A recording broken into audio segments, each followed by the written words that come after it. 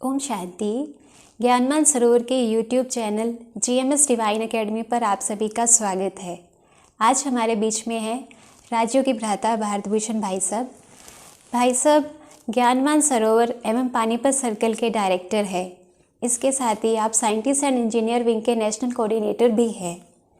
हमारे इस चैनल पर कई भाई बहनों के बहुत दिनों से बहुत सवाल आ रहे हैं, तो आपके ही कुछ सवालों को लेकर आज हम आपके सामने प्रस्तुत हैं और इन सवालों के जवाब के लिए हमारे बीच में है राज्यों के भ्राता भारतभूषण भाई साहब।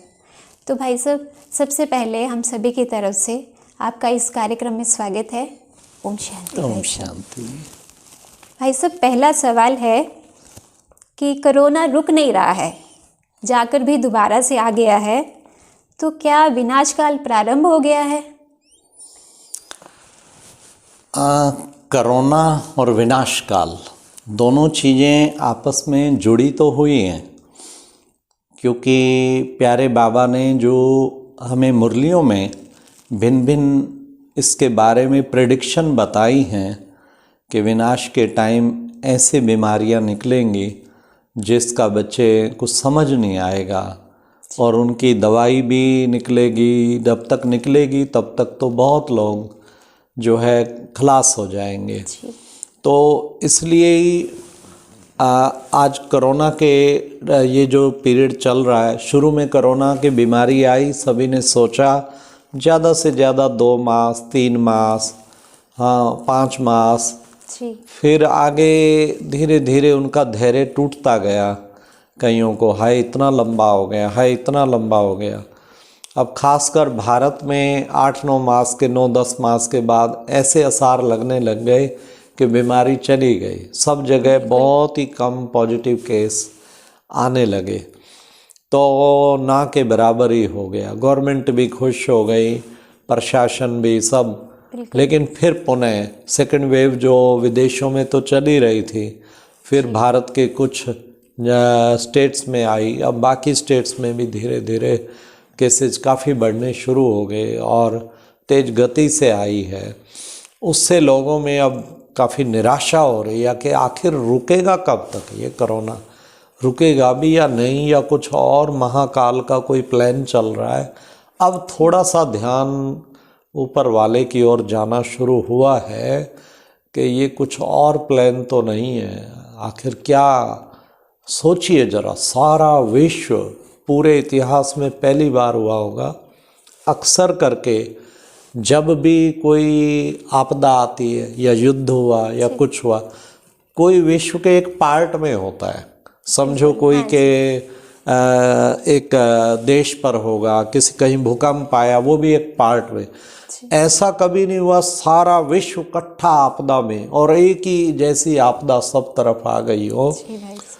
तो ये एक सिंबल है जो यूनाइटेड पाप तो यूनाइटेड कर्म भोगना भी होती है, क्योंकि इस वक्त सारे विश्व की आत्माएं विकारों के अधीन हो चुकी हैं। और भगवान कहते हैं विनाश काले विपरीत बुद्धि विनश्यन्ति।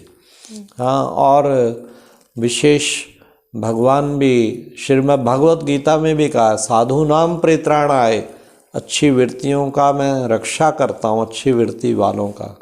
फिर का विनाशाय च दुष्कर्ताम, दुष्ट वृत्तियों वालों का विनाश। ये ड्रामा में नूंदा हुआ है, इसलिए क्योंकि अधिकतर सृष्टि पर काम वासना फैली है, क्रोध फैला है, लोभ फैला है, अहंकार फैला है। तो इसलिए यूनाइटेड ये एक ऐसी आपदा आई है। और ये बिल्कुल ठीक कहा है आपने, पूछा है कि विनाश की प्रक्रिया शुरू तो नहीं हो गई है। ये विनाश काल का ही फेस एक पहला प्रारंभ हो चुका है, समझ लो। क्योंकि विनाश जो मरे, हो सकता है आप कहेंगे इतने तो वैसे भी बहुत मरते रहते हैं लोग, लेकिन केवल इतना ही नहीं, मेंटल जो टार्चर हुए सारे विश्व में, सारे देशों में, ग्लोबल इकोनॉमी जो डाउन आई है, लॉकडाउन में सारे अंदर जेल की तरह बंद। इतनी जेलें कहाँ से लाएं? ये तो एक जेल की सजा थी। हर घर को ही एक जेल बना दिया और कुदरत ने, और बंद रहो और ताले खुद लगा के लॉकडाउन, अंदर हो जाओ बंद। तो 3-3 महीना, 6 महीना, साल साल तक जेल में रहे सब। तो यही सजा एक होती है। तो इंडियन साइकेट्रिक एसोसिएशन ने कहा है 25% डिप्रेशन के केस बढ़ गए, विश्व भर में भी केसेस बढ़ गए हैं। तो कितनी बड़ी, करोड़ों लोगों की तो जानें गई, करोड़ों से अधिक टॉर्चर हुए, सफ़र किया, और उसके बाद फिर कितना ज़्यादा उनको मानसिक जो है परेशानी हुई, डिप्रेशन कितना बढ़ गया। तो ये एक विनाश का पहला आक्रमण, पहला अटैक है। और ये अटैक रियली एक कोरोना एक निशानी बनी है कि विनाश का एक प्रथम अटैक शुरू हो चुका है। इसमें कोई अतिशयोक्ति नहीं है। इस वक्त समझदार ज्ञानी तो आत्माओं को जाग जाना चाहिए कि आरंभ हो चुका है, जिसके लिए हम कहते थे।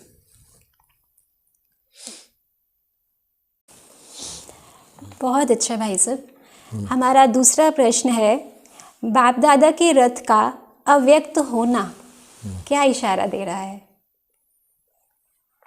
इशारा तो भगवान कहते हैं, कोई मैं मुख से इशारा तो नहीं देता हूँ, लेकिन योगी आत्माओं को समझ ही लेना चाहिए। तो अक्सर अव्यक्त वाणियों में बाबा शुरू से लेके इशारा देता आया कि बच्चे साकार पार्ट पूरा हुआ, अब जो लेट आए हैं चलो उनके लिए अव्यक्त पार्ट अब शुरू हुआ। अच्छा, अव्यक्त पार्ट में भी फिर बाबा ने जब कुछ वर्ष मुरलियाँ चलाई, उसके बाद बाबा ने कहा बच्चे, हाँ, पहला साकार भी पूरा हुआ, अब ये रिवाइज कोर्स भी पूरा हुआ, अब क्या करना है, अब क्या करना है। फिर भी बाबा ने काफ़ी वर्ष दिया। तो अव्यक्त वाणियों में बाबा ने एक बार कह भी दिया था, एक अव्यक्त वाणी में, कि ये अव्यक्त भी कब तक, वृद्धि के अनुसार विधि बदलेगी और ये अव्यक्त पार्ट भी पूरा होगा। अभी तो साकार द्वारा अव्यक्त मिलने का पार्ट चल रहा है, फिर बच्चे तुम्हारी स्थिति काम आएगी अव्यक्त द्वारा, अव्यक्त स्थिति द्वारा अव्यक्त मिलन का पार्ट। इसलिए उसी अभ्यास को बढ़ाने की प्यारे बाबा ने उसमें प्रेरणा दी थी। तो इसलिए सिग्नल तो यही है, साकार बाबा के बाद अव्यक्त पार्ट शुरू हुआ। फिर अव्यक्त पार्ट जब पहले तो एक एक को बाबा मिलते थे, हम 1977 में चले ईश्वरीय ज्ञान में, तो बाबा हमारे मुख में भी टोली डालता था, एक एक को वरदान देता था। क्या वो टाइम था, क्या वो दिन था, होते थे, क्या वो भाग्य था। जैसे साकार वाले अपने भाग्य को कहते हैं, ऐसे ही अव्यक्त वाले जिन्होंने शुरू में ऐसा पार्ट देखा है, वो भी अपने भाग्य को याद करके खुश होते हैं। लेकिन फिर धीरे धीरे बाबा ग्रुप वाइज मिलना शुरू हो गए, सेंटर वाइज, फिर उसके बाद जोन वाइज मिलना शुरू हो गए, फिर बाबा विंग वाइज, जोन वाइज, फिर धीरे धीरे बाबा बिल्कुल ही पार्ट, पता लग रहा था कि ऊपर से भगवान के इशारे के पार्ट सिमटता जा रहा है, तो समझ लो अब ये सृष्टि का एंड है, लास्ट है। तो सिमटता जा रहा था। फिर बीच बीच में कभी रथ का तबीयत हुआ, कुछ पार्ट चला, कुछ नहीं चला। अल्टीमेटली लास्ट मुरली में बाबा ने कहा अब ये वर्ष समाप्ति वर्ष है। और उसके बाद तो हम वहीं थे मधुबन में जब वो मुरली चली थी। उसके बाद तो मैं समझता हूँ 2018 में वो मुरली चली लास्ट। तो उसके बाद बाबा का पार्ट फिर समाप्ति वाला ही हो गया। और वो उसमें बाबा ने कहा समाप्ति वर्ष अब लगता है यही है। एक तरफ तो परिस्थिति कोरोना की, और ये केवल रुकने वाली नहीं, एक परिस्थिति के बाद दूसरी, दूसरी के बाद उससे बड़ी तीसरी। बाबा ने कहा ये काफ़ी बच्चे और अधिक आने वाली है। और अव्यक्त पार्ट जो है सिमट जाना समझो, अब चले जाना। और नंदीगण तो एक छोटा गया एक बड़ा गया है। उसके बाद अब समझ लो it is a whistle of the Shiv Baba. Baba की एक सिटी बज चुकी है, बी रेडी। अब तो हम बच्चों को तैयार होना चाहिए। और मैसेज भी जो आ रहे हैं ऐसे ही कि बच्चे अब ऐसा समय आने वाला है जो आप सोच भी नहीं सकते। तो बच्चों को खूब तैयारी करनी चाहिए पुरुषार्थ की। नहीं तो बच्चे पश्चाताप ही हाथ में रह जाएगा, जो पुरुषार्थ किया है वही सबका रह जाएगा। इसलिए बिल्कुल ठीक ये सिग्नल सारे मिल रहे हैं, इस वक्त सिग्नल मिल रहे हैं। मेजॉरिटी दादियाँ, हमारा जहाँ 300 दादियों से शुरू हुआ, माउंट आबू आए उस वक्त 60-70 दादियाँ थी, दादे थे कुछ, और अब वो भी सारे अव्यक्त होते हुए लास्ट में हमारी 2 दादियाँ हम सब के बीच में हैं। तो ये एक सिग्नल है कि सृष्टि पे इतनी पावरफुल आत्माएं जब अव्यक्त हो रही हैं, तो अब ये एक सिग्नल बाबा दे रहा है कि बच्चे अब तैयार हो जाओ। फिर ये नहीं कहना मैंने तो तुम्हें इशारे पूरे दे दिए। ये जी भाई साहब, तीसरा प्रश्न है, अंतिम समय के क्या क्या पेपर्स आ सकते हैं जिनकी हम तैयारी रखें? अंतिम समय में पेपर जो आने वाले हैं, बाबा ने इसके बारे में अव्यक्त वाणियों में बताया। बच्चे पहला पेपर तो ये है कि अगर विकार का अंश भी होगा ना, विकारों के ऐसे ऐसे टेस्ट होंगे कि आपको समझो क्रोध आ जाए, कहीं भी छुपा हुआ आकर्षण है तो काम विकार का भी अटैक होगा, तो जरा भी मन में कुछ होगा तो वहाँ पकड़े जाएं। फिर लोभ कहीं ना कहीं, फिर मोह में किसी के साथ मोह हो गया, फिर अहंकार आ गया, आलस आ गया।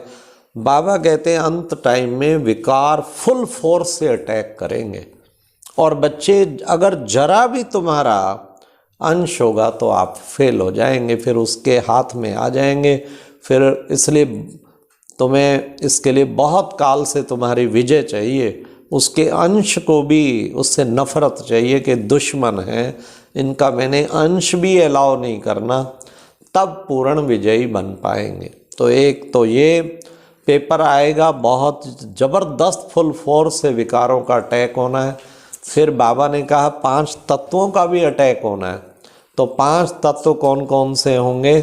समझो कि ये भिन्न भिन्न प्रकार की प्राकृतिक आपदाएं, 5 तत्व इकट्ठे मिलके, बाबा ने कहा अभी तो अलग अलग करते हैं, कभी भूकंप आया तो कभी समुद्री सुनामी आ गई, कभी कुछ आ गया, कभी आंधी तूफान बहुत तेज आया, उस वक्त 5 तत्व इकट्ठे अटैक है। एक ये पेपर पास करना होगा।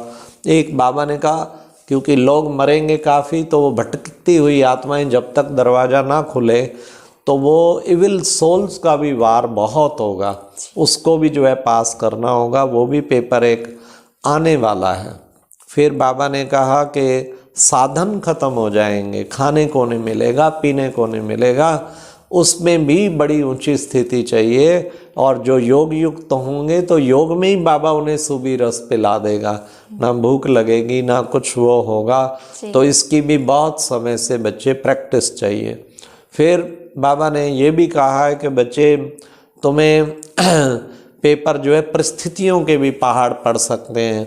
हाँ, कई घर से बेघर हो जाएंगे, कईयों का पैसा सारा बिजनेस डूब गया, अनेक प्रकार के परिस्थितियों के पेपर भी आने वाले हैं।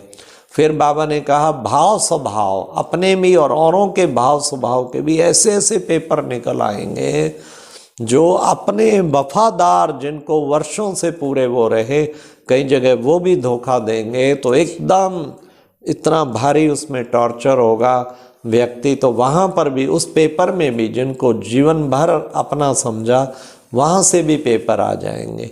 तो ये सब प्रकार के पेपर आने, और सगे संबंधी नियर डियर अपने सामने ही बाबा कहते शरीर छोड़ेंगे, बच्चे भी वो सब भी पड़े होंगे। तो उस वक्त जो है बच्चे तुम्हारा योग बाबा से लगेगा या उसमें बुद्धि योग जाएगा। ये भी पेपर एक होना है, नष्टो मोहा स्मृति लब्धा, लास्ट पेपर जो है। तो ये बाबा ने भिन्न भिन्न पेपर समय, अंतिम समय के पेपर्स बताए जी। चौथा प्रश्न भाई साहब हमारे इसी सवाल से ही संबंधित है कि अंतिम समय के पेपर्स पास करने के लिए जो पेपर्स आपने अभी हमें बताए, उसके लिए क्या तैयारी करनी है? इसके लिए भी बाबा ने बताया बच्चे अंतिम समय के पेपर्स को पास करने के लिए बच्चे बहुत काल का अभ्यास चाहिए। बाबा ने 3 शब्दों में कहा है, अचानक, एवर रेडी और बहुत काल। एक तो बाबा ने वो तो बताया अचानक आएगा पेपर बच्चे, और एवर रेडी रहना है। ये नहीं कि आपको टाइम देगा कि हाँ भाई तैयार हो जा मैं आ रहा हूँ, नहीं, एवर रेडी रहना, किसी टाइम आ सकता है। फिर पास होंगे जो वो जिनको बहुत काल का अभ्यास होगा। बहुत काल के अभ्यास के लिए बाबा ने कहा तुम बच्चे विशेष ये अभ्यास करो बहुत काल के अभ्यास के लिए कि मैं जो है एक अच्छी ऊंची अवस्था बना के मैं बहुत काल की स्थिति में ऐसी टिक जाऊं बाबा के साथ, तो जहाँ चाहूँ, इसके लिए बाबा ने खास बताया, जहाँ चाहूँ, जिस समय चाहूँ, जिस स्थिति में चाहूँ अपने आप को टिका लूँ, इसको कहते हैं बहुत काल का अभ्यास। तो ये बहुत काल का अभ्यास चाहिए हमें, इसके लिए तभी अंतिम पेपर्स में हम पास हो जाएंगे। बहुत काल का अभ्यास किस चीज़ में? विकार का अंश भी मुझे कभी भी प्रभावित ना कर सके। बहुत काल से विजय होंगे तो अंत में भी विजय होंगे। इसी तरीके हमें कितने तत्वों की परीक्षा आ जाए लेकिन बहुत काल से हमें कोई भी हलचल में ना ला सके तो अंत में भी विजयी होंगे। फिर कितनी भी आत्माएं धोखा दे जाएं, चाहे लौकिक चाहे अलौकिक, बिल्कुल बुद्धि ना हिले और हिसाब किताब समझें और उसमें निश्चय बुद्धि ही रहें अपने उन लौकिक या अलौकिक वालों के साथ भी, तो उसमें भी बुद्धि जरा भी ना हिले, तो ये बहुत काल का अभ्यास चाहिए। हर प्रकार के पेपर स्थितियों में हम ऐसी प्रैक्टिस बहुत काल की बना के रखें। उसके लिए रोज़ाना मैं कहूँगा चार्ट लिखो, हर घंटा चार्ट लिखो। 8 घंटा जिसका याद का चार्ट बन गया और वो बहुत काल तक चलता रहा तो अंत में उसे कोई भी पेपर हिला नहीं पाएगा। ये अभ्यास करना है। तो ये तैयारी हर एक को मैं यही प्रेरणा देना चाहूँगा। हर घंटा याद का चार्ट लिखो, कितना याद रहता है, फिर टोटल देखो कितना याद है। ओम शांति। ओम शांति। ओम शांति। भाई साहब, सवाल तो और भी हैं लेकिन समय की सीमा को देखते हुए आपने हमारे इन सवालों का बहुत ही अच्छा जवाब दिया और आपके और बाप दादा के द्वारा दिए हुई शिक्षाओं का हम सभी भरपूर पालन करेंगे। ओम शांति भाई साहब। ओम धन्यवाद शांति। भाई साहब। Thank you. ओम शांति।